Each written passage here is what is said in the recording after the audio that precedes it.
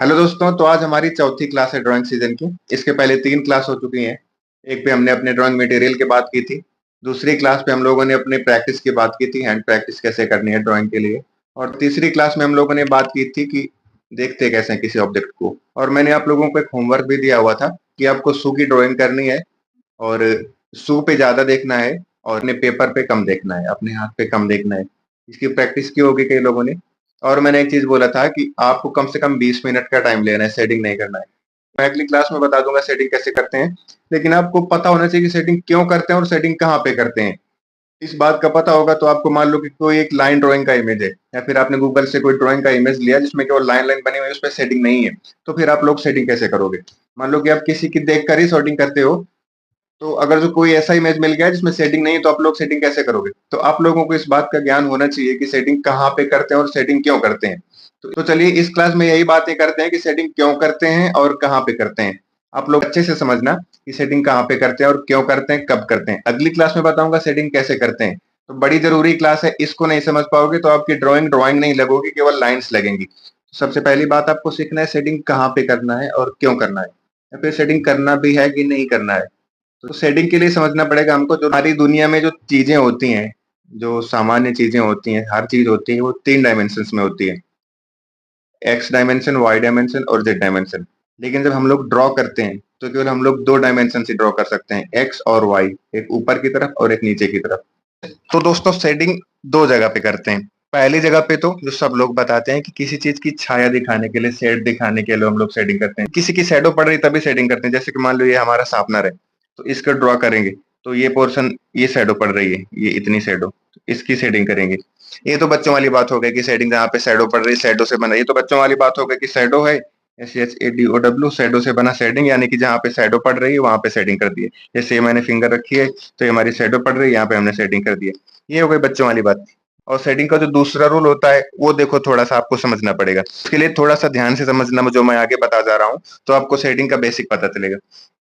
हम लोग जितनी भी चीजें देखते हैं वो तीन डायमेंशन में होती हैं। एक तो देखो इधर हो गई, एक ये देखो इधर हो गई, और एक डायमेंशन से हो गई इधर से लेकर ऊपर की तरफ, ऐसे इधर से लेकर ऊपर की तरफ।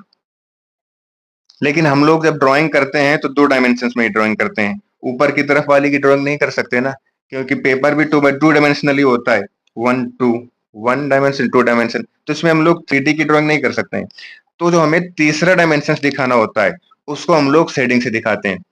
अभी आपको समझ में आ जाएगा, पूरा वीडियो देखना। मान लो जैसे आपकी ये फिंगर है, इसको हमें ड्रॉ करना है तो हमने ड्रॉ कर दिया।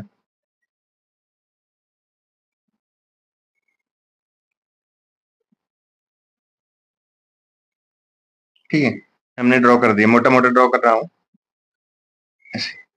तो ये क्या हमने टू डायमेंशन में ड्राइंग की। हमने फिंगर का ये वाला डायमेंशन दिखा दिया और ये वाला डायमेंशन दिखा दिया। देखो दो साइड में तो लाइन खींची है ना। अब जो ये डायमेंशन है उसका नीचे से लेके ऊपर तक का तीसरा डायमेंशन, हाइट हाइट वाला डायमेंशन। हाइट वाला डायमेंशन होता है ना, जो X Y Z Z axis होता है, वो हम लोग ड्राइंग में नहीं दिखा सकते हैं। तो उसको दिखाने के लिए हम लोग सेटिंग करते हैं। अभी जिसको एक्स वाई जेड या फिर डायमेंशन नहीं समझ में आ रहा है, वो ये समझ लो कि हम लोग हाइट दिखाने के लिए, तो ये दिखा दिया, ये दिखा दिया, लेकिन अब ये हाइट दिखाने के लिए क्या करेंगे, हम लोग सेटिंग करेंगे। अब देखो ये उंगली लग रही, उंगली नहीं लग रही है जब तक हम लोग इसकी शेडिंग नहीं कर देंगे। शेडिंग क्या करना है, देखो ये हाइट इधर ब्लैक आ रहा है, ध्यान से देखो, इधर ब्लैक ब्लैक लग रहा है तो इधर ब्लैक ब्लैक शेडिंग कर देंगे। इधर इधर ब्लैक ब्लैक लग रहा है, देखो इतना इतना इतना इतना ब्लैक ब्लैक शेडिंग कर देंगे। फिर उसके बाद इसकी शेडो जो आ रहा है उसकी शेडिंग करना है तो उसकी भी शेडिंग कर देंगे।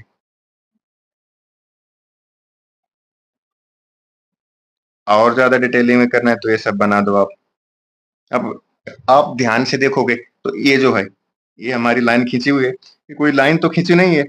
ये स्किन हमारी हल्की सी रोटेट है अंदर की तरफ, तो एक तरह की ये शेडो है। इस तरफ देखो, इधर कोई लाइन खींची हुई है, कोई लाइन नहीं खींची हुई है। लेकिन इसको ऐसे कर लेते हैं तो ये नीचे चले जाती है, तो इधर लाइट नहीं आ रही है, इधर लाइट आ रही है, तो शेडो पड़ रही है। तो इसको भी हम लोग शेडिंग ही करेंगे। देखो एक तरफ शेडिंग कर दिया और दूसरी तरफ लाइट की जगह छोड़ दी, ऐसे। तो तीसरी डायमेंशन हम लोगों के लिए सीखने के लिए, 3D सीखने के लिए शेडिंग करने हैं हम लोग। तीसरी डायमेंशन दिखाने के लिए हम लोग शेडिंग करते हैं। अभी आपको रियलिस्टिक नहीं लग रही होगी क्योंकि मैं केवल शेडिंग की बात कर रहा हूँ, रियलिस्टिक ड्राइंग की बात नहीं कर रहा हूँ। तो आपको मोटा मोटा समझ में आ रहा होगा कि हम लोग शेडिंग कहाँ पे करते हैं। दूसरे एग्जाम्पल से समझते हैं हम लोग।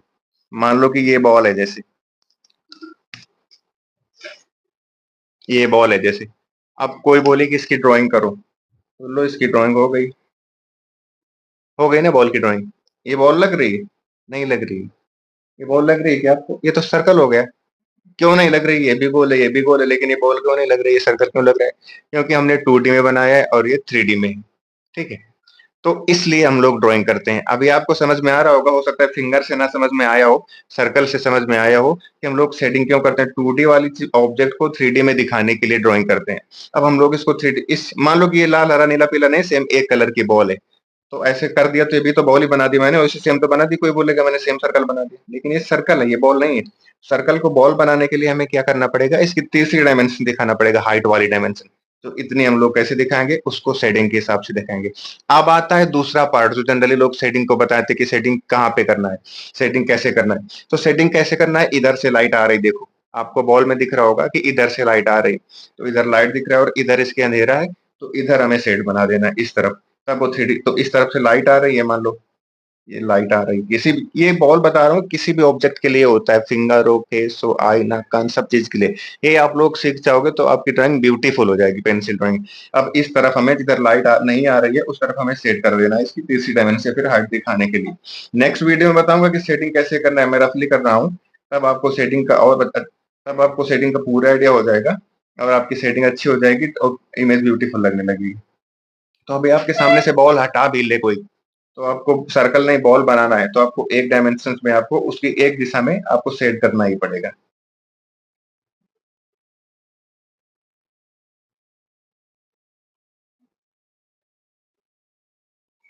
ठीक है, इस तरफ लाइट आ रही है, इस तरफ शेडो आ रही है। अब इसकी हम लोग शेडो भी बनाएंगे। ये तो हमने इसकी थर्ड डायमेंशन बना दी, हाइट बना दी, ये तो हमने इसका हाइट दिखा दिया। अब हम लोग इसका शेडो दिखा सकते हैं, तो ऐसे करके आप लोग इसका शेडो दिखा दो।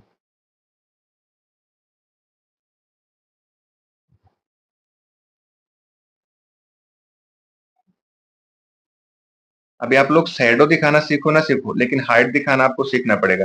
आपको कुछ भी ड्राइंग करना है, हाइट का मैटर तो करता ही है, हर चीज में हाइट होती है। जो भी चीज पृथ्वी में कुछ ना कुछ तो उसकी हाइट होती है, तो हाइट तो आपको दिखाना ही पड़ेगा। तो आप भले शैडो दिखाना है जो मैं भी कर रहा हूँ, ये सीखो ना सीखो, लेकिन हाइट दिखाना आपको सीखना पड़ेगा। हाइट को कैसे दिखाते हैं, और हाइट के लिए आपको सेटिंग पता होना चाहिए कहाँ पे होना है और कैसे होना है। तो हर चीज में आपको हाइट शो करना पड़ेगा, इसलिए आपको सेटिंग का पर्सपेक्टिव सीखना पड़ेगा कि सेटिंग क्यों और कहाँ पे करते हैं। आई होप आप लोगों को कुछ कुछ समझ में आ रहा होगा कि सेटिंग करते कहाँ पे हैं। फॉर एग्जाम्पल, एक एग्जाम्पल से मैं आपको और समझाता हूँ। ये बॉल देखो लग रही ना, अभी मैंने इसके ये नहीं बनाए हुए हैं। मान लिया कि ये बॉल, मान लो कि आपकी जैसे कि ये शेप नहीं है इस पे, ये कर दोगे तो और लगने लगे कि हाँ भाई ये बॉल ये।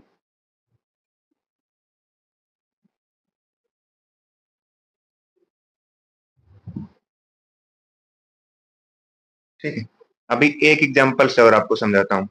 ये पेन है आपका, इसकी ड्राइंग करनी है आपको। अभी ये मत सोचना कि शेडिंग कैसे करते हैं, शेडिंग करना मैंने सिखा रहा हूँ, शेडिंग करना नेक्स्ट क्लास में सिखाऊंगा। शेडिंग कहाँ पे करते हैं और शेडिंग क्यों करते हैं, ये मैं आपको इस क्लास में सिखा रहा हूँ। तो कोई बोले कि इस पेन की आप लोग ड्राइंग करो, तो सिंपल सा आप ऐसे एक लाइन खींच दोगे, ऐसे एक लाइन खींच दोगे, हो गया। ये इसका इतना पार्ट बन गया, और आगे का पार्ट बनाने के लिए ऐसे कर दिया।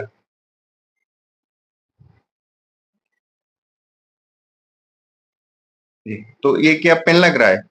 ये क्या पेन लग रहा है? नहीं लग रहा है। क्यों नहीं लग रहा? डिफरेंस क्या है, क्यों नहीं लग रहा है? मैंने लाइन खींची, ये भी बनाया, ये भी बनाया, ये भी बनाया। अब मैं इसको मान लो ब्लैक भी कर दूंगा, पूरा टोटली ब्लैक कर दूंगा इसकी तरह।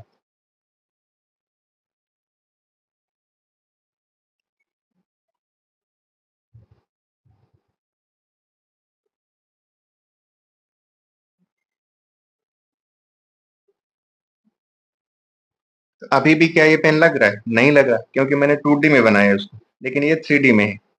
मैंने इसमें हाइट वाला जो पर्सपेक्टिव है ना, वो नहीं दिखाया। अब वो दिखाने के लिए क्या करेंगे, देखो मैंने ये वाली डायरेक्शन बना दी, ये वाली डायरेक्शन बना दी।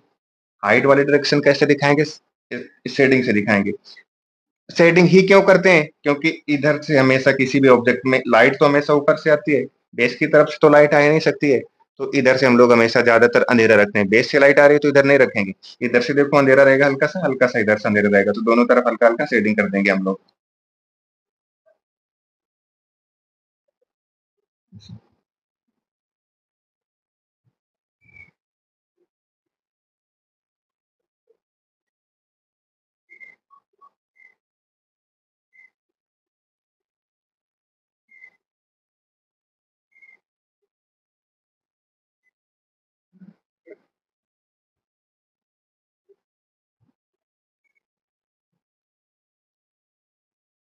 उसके बाद हम लोग इसकी शैडो बना देंगे नीचे। अगर जो बनाना हो तो मान लो शैडो वाला पार्ट अभी नहीं बनाता हूँ मैं, हल्का हल्का बना देता हूँ।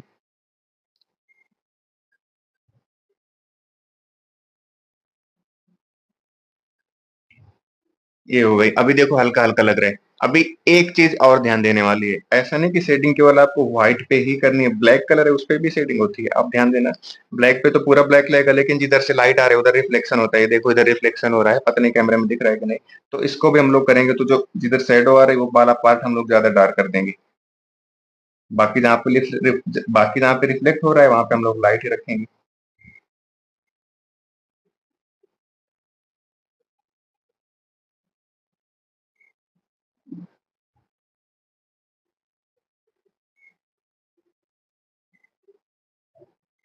आई होप आपको मेरा पॉइंट समझ में आ रहा है कि एक्चुअली मैं कहना क्या चाहता हूँ। कि किसी भी आइटम को रियलिस्टिक दिखाने के लिए, अच्छा दिखाने के लिए आपको थर्ड डायमेंशन समझनी पड़ेगी। थर्ड डायमेंशन बोले तो हाइट वाला पर्सपेक्टिव समझना पड़ेगा कि कोई भी आइटम है, मेरे को स्केच पेन ड्रॉ करना है तो इसको ऐसे करके ऐसे करके ऐसे करके मैं सिर्फ ऐसे नहीं ड्रॉ कर सकता हूँ, मेरे को इसकी हाइट वाला दिखाना पड़ेगा। और हाइट कैसे दिखाएंगे, हम शेडिंग करके ही दिखाएंगे। तो हमें किसी, अभी ये चीज आप समझ लो, कुछ भी ड्राइंग करना है उसमें आपका शेडो वाला पर्सपेक्टिव देखना है। जैसे मैंने आपको एक फिंगर का एग्जाम्पल दिया, एक बॉल का एग्जाम्पल दिया मैंने आपको। उसके बाद एक मैंने आपको पेन बना के दिखाया कि इसकी शेडिंग करोगे तब ये रियलिस्टिक लगेगा। अगर जो आप लोग ये नहीं सीखोगे तो आप ड्राइंग अच्छी नहीं कर पाओगे। फॉर एग्जाम्पल मैं आपको रियल एग्जाम्पल देता हूँ। आपको नोज बनाना है, कोई आपको नाक बनाना है मान लो, ठीक है ना, किसी की। तो आपने ऐसे बना दिया, ऐसे बना दिया, ऐसे बना दिया और ऐसे बना दिया। मोटा मोटा मैं रफली बना रहा हूँ आप लोगों केवल समझने के लिए। ये मान लो हमने एक नोज बनाई किसी की। अब इधर मान लो उसकी आंखें। तो आप किसी की नाक में देखना, अपनी ही नाक में देखना, क्या इधर किसी की लाइन खींची होती है क्या? जैसे कि आंखों में तो इधर एक लाइन होती है, ब्लैक लाइन होती है, सबके होंठों में लाइन होती है, लेकिन इधर भी ये दिखते हैं, विजिबल होते हैं, लेकिन इधर किसी की लाइन होती है क्या? कि आंख से लेकर नीचे जो नोस्ट्रिल होते हैं यहाँ तक किसी की लाइन खींची हो? किसी की लाइन नहीं खींची होती है। वो केवल एक शैडो पार्ट होता है, क्योंकि ये वाला पार्ट हाइट में होता है और ये वाला चिन का पार्ट नीचे होता है इसके अपेरेंटली। तो ये जो ये वाला पार्ट होता है हमें इस शैडो से ही दिखाना पड़ता है। ये वाला पार्ट यहाँ पे हम लोग लाइन नहीं खींचते हैं, जो लाइन खींचते हैं वो ड्राइंग अच्छी नहीं होती है, रियलिस्टिक नहीं लगती है। तो ये जो ये वाला पार्ट होता है नोज का, हमें वो हमें दिखाना होता है केवल और केवल हल्की सी शेडिंग से, जो कि मैं आपको अगले वीडियो में दिखाऊंगा। लेकिन कहने का मतलब ये है कि शेडिंग की इतनी जरूरत पड़ती है, हर चीज में हमें शेडिंग की जरूरत पड़ती है। आपको किसी का फेस ड्रॉ करना है, रियल फेस ड्रॉ करना है, एप्पल ड्रॉ करना है, पेन ड्रॉ करना है, कुछ भी ड्रॉ करना है, आपको शेडिंग का बेसिक तो समझना पड़ेगा, जो कि मैंने इस वीडियो में बताया कि शेडिंग कहाँ पे करते हैं और क्यों करते हैं। तो आई होप कि आप लोगों को ये समझ में आया होगा कि शेडिंग कहाँ पे करते हैं और शेडिंग क्यों करते हैं, शेडिंग करने का रीजन क्या होता है, और शेडिंग कैसे किसी भी ड्राइंग को ब्यूटीफुल बना सकती है। नंबर दो, शेडिंग ना शेडिंग के हम लोग कुछ चीजें बना नहीं सकते हैं, जैसे कि नोज का मैंने एग्जांपल दिया, ये कहीं पे किसी की लाइन होती है क्या नोक में? नोज किसी की नाक देखोगे तो जो ये पोर्शन होता है वहां पे लाइन थोड़ी ना होती है किसी की ऐसे सीधी लाइन खींची हुई। मुझे की नोज ड्रॉ करनी है तो ये जो ये पोर्शन होता है मुझे शेडिंग से ही बताना पड़ेगा। किसी की आंख ड्रॉ करनी है, इसकी हाइट ज्यादा है, इसकी हाइट ज्यादा है, ये थोड़ा गड्ढे में, तो ये मुझे शेडिंग से ही बताना पड़ेगा। तो शेडिंग की बहुत ज्यादा जरूरत पड़ती है। और आई होप कि आप लोगों को समझ में आ गया होगा कि शेडिंग क्यों और कहाँ पे करते हैं। अभी नेक्स्ट क्लास में मैं आपको बताऊंगा कि शेडिंग कैसे करते हैं, शेडिंग करने की कैसे कितनी ट्रिक होती है। तो दोस्तों इस वीडियो के लिए इतना ही, मिलते हैं अगले वीडियो में। हाँ, एक और जरूरी बात, मैं इतनी मेहनत से वीडियो बनाता हूँ आप लोगों के लिए, चैनल को सब्सक्राइब कर लोगे तो मेरे को थोड़ा मोटिवेशन मिलता है और अच्छी वीडियो बनाने का, है ना। और बेल आइकन जरूर दबाना है, क्योंकि आप लोग कमेंट करके कहते हो कि आपका वीडियो आ जाता है, हमें पता ही नहीं चलता है, तो बेल आइकन नहीं दबाओगे तो आपको नहीं पता चलेगा। तो सब्सक्राइब कर लेना, बेल आइकन दबा देना और लाइक वाली बटन दबा देना और कमेंट कर देना कि आपको मैंने जो बताया सेटिंग से रिलेटेड टिप्स, कि सेटिंग कहाँ पे करते हैं, क्यों करते हैं, वो समझ में आई कि नहीं आई, ठीक है। तो चलो इस वीडियो में इतना ही, मिलते हैं अपने अगले वीडियो में, तब तक के लिए टाटा बाय बाय।